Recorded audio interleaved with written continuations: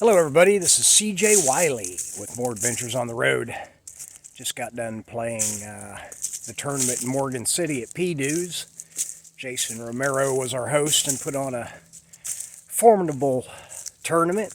They didn't have as many participants as they were hoping for or expecting, but it's really because there's a tournament this weekend that I think the local people just chose to play in instead, because going up against the best players in the world, I can't blame them. It's a $175 entry fee, and not too many people have $175 they just want to throw away, which I don't consider it that, but especially not $350, or I don't even know what the entry fee is in this next one. Maybe it's $100.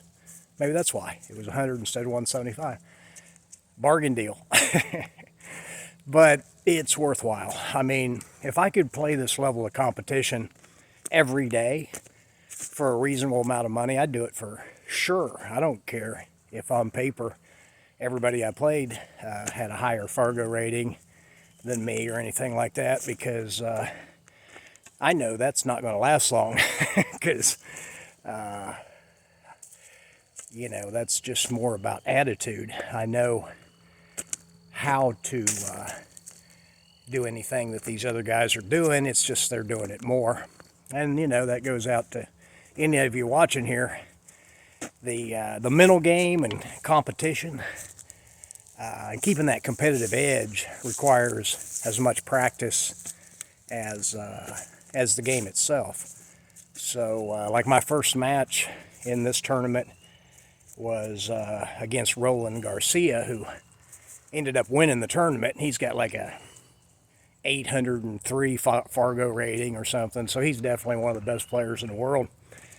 And sure enough, they put me on the streaming table. First match. I hadn't played in a tournament in over 6 months, of any significance. I've played a few small ones, but that's not the same. And so I'm like, well, how could this be any worse? And I looked up, and they're playing with the measle ball on that particular table, which usually takes me about 3 days to get used to, because it's a little bit heavier and a little bit bigger. Of course, there's like 6 or 7 different kinds of measle balls, so some of them, they're not all the same. I played with ones that are super heavy, almost like playing with the big ball back in the day. If you heard the interview or the podcast interview, I guess, with Omaha John, we were talking about the big ball, and it was more like a billiard ball. And a lot of road players like playing with it because you had to have so much better stroke, and you followed the ball more. It was hard to draw it.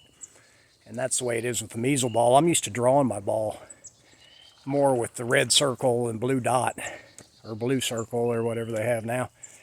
But with the measle ball, you have to play position to follow the ball more. So that's what takes me about 3 days, is to get myself to start playing patterns to follow the ball with the touch of inside instead of drawing the ball as much. But anyway, I still had chances to win that match. If I would have played as well as I can play, I would have won the match. Everybody's human. He missed balls, and towards the end of the tournament, I saw all the players in the final 4 missing some balls, because the tables we were playing on were fairly tight. Diamond tables, especially if the rails are kind of springy, they're pretty tough to hit sometimes. If you catch a rail going in, a lot of times it'll hang, and it won't do that on like a valley bar table or a diamond bar table with new cloth. Of course, diamond, I think, has 2 different pocket sizes, so it's just makes the game easier. And that's one of the observations I've made and I've shared, is just how much easier the game is, with the new really fast cloth, and especially the jump cues. I see guys hooking themselves when they're running out, and they take out their jump cue, jump over the ball, and still run out like it's nothing. So there's no penalty for making mistakes a lot of times. And pool, pocket billiards, should be framed where you get punished for your mistakes. And that's another reason I've been working really hard the last 5 years to put together a way to play the game that's still as a traditional game. You know, it's a rotation game, but I formatted the rules and how you go about, you know, achieving, you know, a situation in each and every game that brings out the highest level of entertainment, strategic, and excitement value, you know, because, you know, pocket billiards is exciting, but, you know, you can watch a match like some of these long races to 100, and you might only see 15 or 20 real exciting situations, you know. I mean, a lot of them end up being like safety battles, but what the number one type shot is to get the most value, whether you're watching or playing, is the three-way shots. You know, they have two-way shots where you're shooting at a shot and playing safe, or you're shooting at a shot and you may have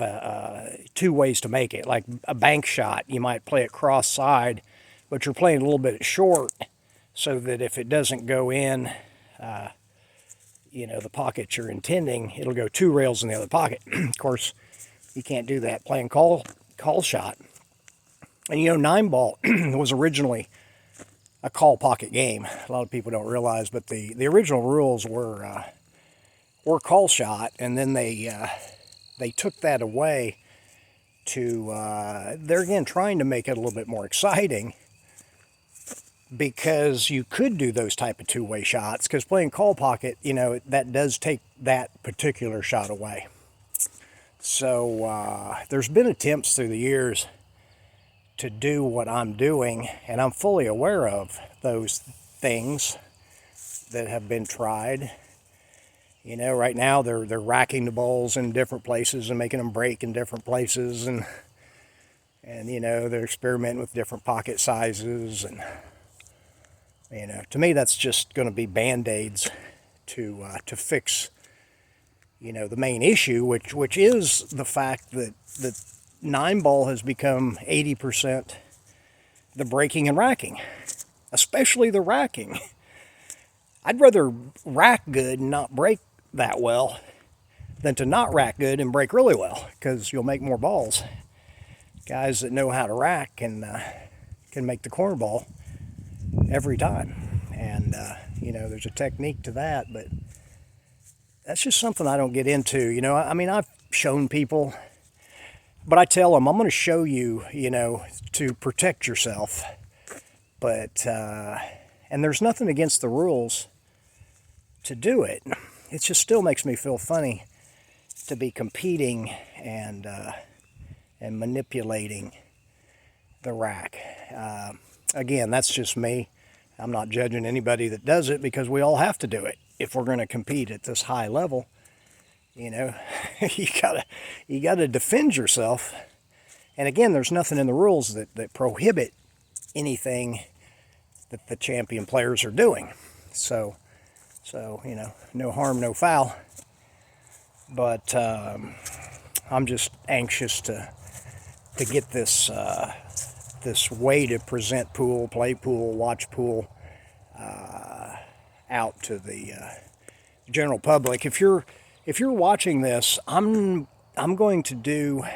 I was in the nightclub business and you know, restaurant business for many years, 20 years, and we used to do, you know, soft openings and friends and family, and then open to the general public. And I'm going to do something like that with this game. So if you're watching this game, make a comment, and I'm going to end up giving you a place you can go, and I'm going to give you this information first. And all I ask is you just be part of my think tank and play the game and give me your honest feedback, because it will be tweaked a little bit, of course. I'm open-minded, but the final product that I have, I've double-checked. My partner in this is a computer expert, and he's familiar with AI and coding and programming. He's the one that I ran all this stuff by last month. Well, it's probably been close to 2 months, and at first he didn't quite get it, and then he just kept asking questions, and then we played the game, and then he clicked, and he was like, "Oh my God, this is amazing. This is what you said," and now he can explain it as well as I do, because it's not hard. I say it takes 10 minutes to learn and a lifetime to master. And the reason it takes a lifetime to master is because you have to be able to gain the knowledge that I'm talking about, that the champion players have, as far as these, especially three-way shots. Because if you can't make those playing a champion player, and you don't understand the depth of what I'm talking about, you honestly have no chance of beating them. I mean, a race to 7, yeah, to me, races to 7 are more like for weekly tournaments in your hometown for $10. We used to play races to 11, and we all complained that wasn't enough, so we went to 15. So when I had my own professional tour, the Professional Cue Sports Association, we were playing races to 15. That's how Earl Strickland ran those 11 racks in a row. And he did it from the start, so if it was a race to 11, it still would have been, he would have been able to do it, but it was a race to 15. So I did that so that somebody could start, at the third or fourth game and still be able to run 10. But he did it the first day. And many of you know the odds were 7.8 million to 1. And he did it that day, and it hasn't been done before or since in a professional tournament. Nobody's ran 11 racks in a row. And never will, playing races to 7, obviously, or races to 9. So, anyway, I'm just out here getting away from the inside and the pool table for a little while, just to kind of, this is how I sort through my thoughts. It's meditative to be out here in the peaceful Louisiana bayou. Of course, there are alligators out here. Check this out.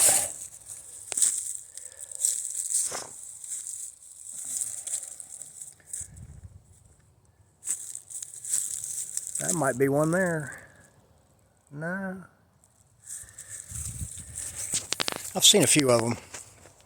They don't tend to get up here on the land.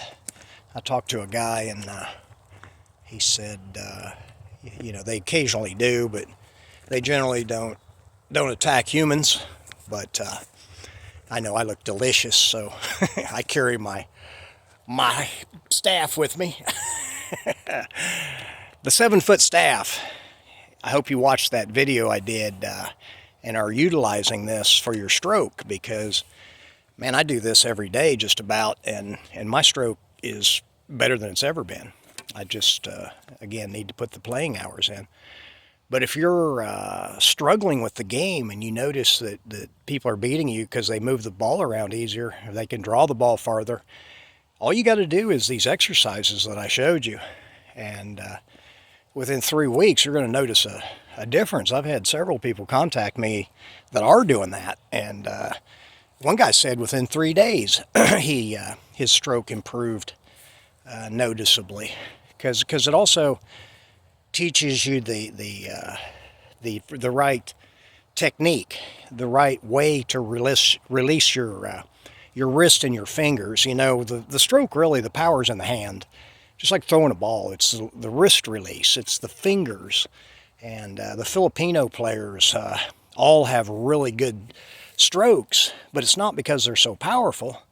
It's because they get so much speed with their hands, and they stress that in the Philippines. I know somebody that took a lesson over there and was cross-referencing with me, you know, some of the things that they were really focusing on. And the main thing that they focus on is the stroke. Because if you don't have any power, you're going to be very limited on how well you can play. I mean, just like in golf, you know, if you can only hit the ball like 150 yards or something, or 200 yards on a drive, I mean, it's going to be, you're going to have to get lucky to make pars. Whereas if you can, where you can get the ball out there, you know, where you can attack the pin or the green, you know, you're going to be putting for birdie. And it's the same thing in pool. If you don't have the power to get the ball around effortlessly, you know, you're just going to be so limited that, you know, it doesn't matter how much you learn, you're not going to be able to actually do it. So anyway, just thought I'd touch base with everybody. And this weekend there's a big tournament that I referenced at the beginning of this at Emeralds. It's in New Iberia, Louisiana. And I'm going to play in it. Now it has really loose tables, like the pockets are huge. So that's probably another reason everybody wants to play in that tournament, because it's an equalizer. Beating one of us at that last tournament would have been extremely difficult for someone because of the pocket size and actually, you know, the deepness of the shelf, and the cloth was a little bit worn. But this week, you know, it's just going to be a breaking contest. And again, instead of 80% the break, it's probably going to be 85% the breaking and the racking. So I'm preparing myself for that. I just can't take it too seriously, because it's a little bit aggravating. Because man, I just came up in a different era where we all tried to make the game more difficult. Like, we did stuff to prevent the corner ball from going. Now they're doing everything they can to make the corner ball go straight in the pocket on the break every time. So it's just a whole different mindset. And just like alternating breaks, I mean, you know, there's a lot of people like that, and they think it's fair, and you shouldn't be allowed to, you know, run the set out on somebody because they traveled so far and they're not going to get a chance. But I'll tell you what, I had Bustamante ran 9 racks in a row on me one time, and I have fond memories of that. I mean, I lost money, of course, but I ran 8 racks in a row before he did. So I ran 8 and then he ran 9. Some people say it was 9 and 10, but I think it was 8 and 9, but I can't remember for sure. When I was playing at that level, I played in a zone where I don't remember things really clearly as far as the specific games and stuff. But I mean, I remember playing, and there'll always be key things that I'll remember from a match. But like, I remember running those 8 racks, but I don't remember any of the shots really. I was in that zone. So anyway, and you know, not to be able to run racks these days makes me not really want to play, unless you know, we're talking about this new style presentation that I'm talking about, and it's just different. You know, it's a blend of the best aspects of all the games, and I just took the best out and deleted the stuff that either caused anxiety or arguments or luck. You know, I don't think you should be able to win. There's always going to be some luck factor, but you need to reduce it down to where it's maybe, you know, 5% at the most. I mean, right now you get in situations where the luck factor might be 30 or 40% or more. It's crazy. That's what I wouldn't want to pay to go to a tournament and spend all that money and then somebody just luck out on you. I'd rather they ran the set out on me. I appreciate that, man. I appreciate anybody that does what they do at a high level. You know, I don't care if you're a plumber, or electrician, or a farmer, man. I respect farmers. I come from an area that was all farming and You know, we I was shooting frogs and dressing them when I was like 12, and fishing, and my mother would make the fish. You know, I really don't understand throwing them back unless they're too small to eat. But anyway, that's just old school. But it's a new time now. Everybody wants a trophy, it seems like, and don't want to have to work for it as much. But I don't think you're one of those people, right? You know, you probably wouldn't be watching me if you were, because people are turned off to some of these things I talk about that want an easy way out, because I just don't believe in it. I think you got to work hard and be diligent and passionate about what you do to reach a high level of success. So anyway, that's about it for today. I got my sunshine, fresh air, and didn't have to kill any alligators. Anyway, till next time, this is CJ, over and out.